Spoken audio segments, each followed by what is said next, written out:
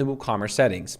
So now let's go ahead and run a live transaction. Let's go over here to visit sites and let's just buy something. You know, we got a e-commerce store. Let's go ahead and buy something. Here we'll go to products.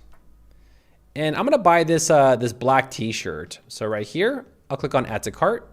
Next, I'll click on view cart. So here's the cart page, and you're gonna see for the shipping that we are charged a flat rate of $5 unless the user wants local pickup. Now, if I actually select something like, 3 shirts and click on updates, you are now gonna see the option for free shipping being applied because remember, we are spending more than $100. So I'll go ahead and select free shipping and then click on proceed to checkout. Next, I'll fill out my billing details. Okay, so I went ahead and filled out my billing details. Now over here under country, you're gonna see the customer only had the option for Canada and US because those are the only countries where we are shipping to. Now scrolling down, I'll go ahead and scroll down here a bit more. If you want to ship this product to a different address, maybe you guys have another girlfriend, you wanna ship something to a different address, you know, something like that, you can go ahead and ship this product to a completely different address.